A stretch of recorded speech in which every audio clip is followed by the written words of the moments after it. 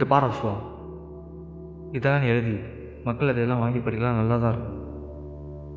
ஆனால் நீ அவங்களுக்கு சொல்லணும்னு நினைக்கிறதெல்லாம் இதெல்லாம் அவங்க வாசித்து முடிச்சோடனே கசக்கி போகிற பேப்பரோட போயிடும். இதெல்லாம் நீ எழுது தம்பி. நேர்மையாக நியாயமாருன்னு 1000 சொல்லலாம், மக்களுக்கு அது பிடிக்காதுன்னு இல்லை. ஆனால் இப்போ இருக்கிற நிறைய பேருக்கு அப்படின்னா என்னன்னு தெரியல. இதை பற்றி நான் சொல்லி தான் உனக்கு தெரியணும்னு அவசியம். நீயே தெரிஞ்சுட்டு ஏன் இப்படி இருக்கிற உன் காலேஜ்லேயே ஊரஞ்ச உத்தம ஒருத்தனும் உருப்படாத ஒருத்தனும் இருப்பாங்கல்ல, நீ கேட்கணும்னு நினைக்கிறது எல்லாத்தையுமே அவங்கள்டே நான் என் வார்த்தையை இருப்பேன். நான் அந்த உருப்படம் சொல்கிற பதில் தான் இந்த ஜகத்தில் வரும். அந்த ஆண்டவன் குரல் தானே எடுத்துக்கிட்டான். ஏன் நீ எழுதும்போது அது இந்த உலகத்தை தெரிஞ்சுக்கிட்டு அதில் வாழ்றவங்களை புரிஞ்சுக்கிட்டு கைது பேனாங்க.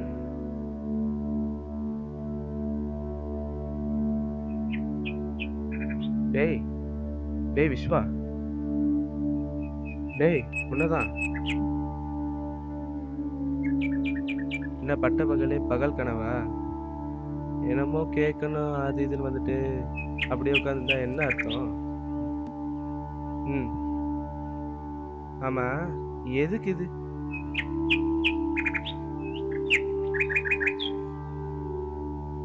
மக்கள் மத்தியில் மனிதாபியமான குறைவு. ஓ, கட்டுரையா? ம் நீ வீடு. இப்ப எப்படி ஒவ்வொன்றையும் புட்டு புட்டு வைக்கிறேன் பாரு. நல்லது செய்யும் போது அதுல பலன் எதிர்பார்த்து செய்யலாமா, இல்ல அது நல்லதுதாங்கிறதுக்காகவே செய்யலாமா? என்னை பொறுத்தவரை மனுஷங்க நம்ம எதையும் எதிர்பார்க்க வேண்டிய அவசியமே இல்லை விஸ்வம். தேவைன்னு ஒன்று வந்துட்டா நிச்சயம் அது நமக்கு கிடைக்காம போகாது. அப்படி கடைசி வரை கிடைக்கலன்னா ஏமாற போறது நம்ம தானே? இல்ல தெரிஞ்சேதான் கேட்கிறேன். எதிர்பார்க்கறதுல அப்படி என்ன தப்பு இருக்கு? நீங்க அதிகாரத்துல இருக்கிற யாரும் மக்கள் மேல இருக்கிற அக்கறையில ஒண்ணும் எதையும் அள்ளி கொடுக்கறது இல்லையே. அதிகாரம்னு கத்துறானுங்களே, அதிகாரத்தில் இருக்கிறது நான் ஒன்றும் தப்பு சொல்லல. தனிப்பட்ட ஆசை கண்ணை மறைச்சிடும், அவ்வளோதான். இங்க நல்லது எல்லாம் எப்பயோ பொதுநிலத்தோட சமரசம் ஆயிருச்சு. சத்தியத்துக்கு மாறா சதியை கையாண்டு கிடைக்கிறதுல நல்லது வேணும்னா நடந்துட முடியும்.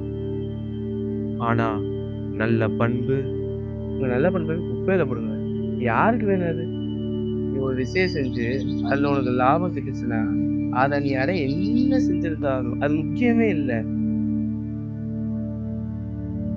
நீ சொல்ற நல்லது கெட்டது நடுவில் இருக்கிறது மெல்லிசான கோடு. அது அந்து போனா நல்லதுக்கும் கெட்டதுக்கும் இருக்கிற வித்தியாசமே போயிடும். அது அந்து போற நிலைமையில தான் இப்போ இந்த ஜகமே இருக்கு.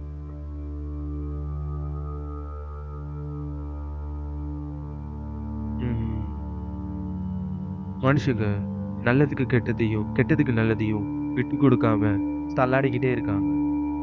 அது ஏன்னா அவனுக்கு இருக்கிற கெட்ட முகம் இப்ப நடைமுறைக்கு ரொம்ப அவசியமானது. ஒருத்தன் தான் குடும்பம்னு வந்துட்டா எதையும் இழக்கவும் தயாராகிடணும், தேவைப்பட்டா எதையும் எடுத்துக்கவும் தயாராகிடணும். நல்லது பண்ணணும்னு நினைச்சா விதி நம்ம கிட்ட இருந்து எதையாச்சும் பெருசா எதிர்பார்க்கணும்.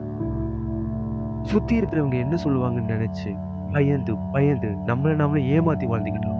நீ ஒன்னும் அங்க பயந்து ஓடல, உன் பலத்தை காட்டாம இருக்கு, அவ்வளவுதான். தப்புக்கு துணை போகிறப்போ வர்றது பலம் இல்லை, அதை தட்டி கேட்குறப்போ வர்றதுங்க. தட்டி கேட்டுருவியா? இங்க நல்லது பண்ணுனா கூட ஒரு கெட்டவனாலதான் முடியும். இல்லை, இருட்டுன்னு ஒன்று இல்லவே இல்லை. வெளிச்சம் இல்லாத இடத்துல தான் இருட்டு உருவாகும். கெட்டதுன்னு ஒன்று இல்லைன்னா நல்லதுக்கு அங்கே வேலையே இல்லை. பார்த்துக்கோ Vishwa, and I will be waiting for your article.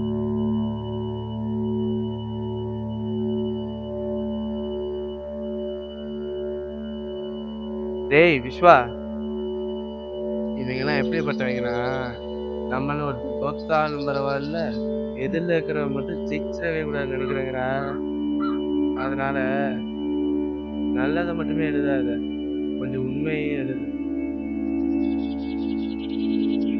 நானும் பேச முடிஞ்சிருந்தா இந்த மாதிரி எழுதிட்டுலாம் இருந்திருக்க மாட்டேல. சுற்றி மொத்தமாக இருட்டாக இருக்குதுன்னு நினச்சி இருட்டோடவே வாழ பழகிட்டீங்க. வெளிச்சத்தை தேடி நாம தானே போகணும். டேய் நீனும் போகலையா?